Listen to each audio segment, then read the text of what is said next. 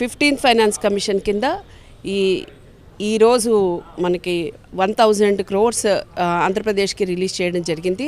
అవి మొత్తం కూడా మీ బ్యాంక్ అకౌంట్స్లో పంచాయతీ గ్రామ అకౌంట్స్లో మీకు 1 బ్యాంకింగ్ డేలో రిఫ్లెక్ట్ అవటం జరుగుతాయి.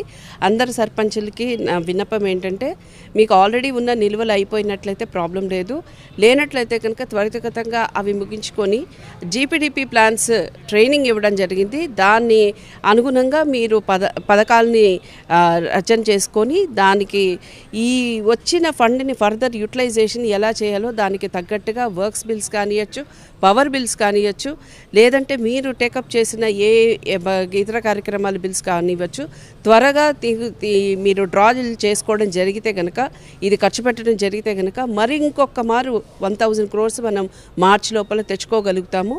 సో అందరూ కూడా ఈ విషయాన్ని గమనించుకుంటూ మండల, జిల్లా మరియు గ్రామ వ్యవస్థలో ఉన్న డ్రాయింగ్ ఆఫీసర్స్ ఎవరైతే ఉన్నారో, చెక్కర్ అండ్ అప్రూవర్స్ ఎవరైతే ఉన్నారో వాళ్ళు త్వరితగతంగా ఈ ఫండ్స్ని యూటిలైజ్ చేసుకోవాలని విన్నపం చేయడం జరుగుతోంది.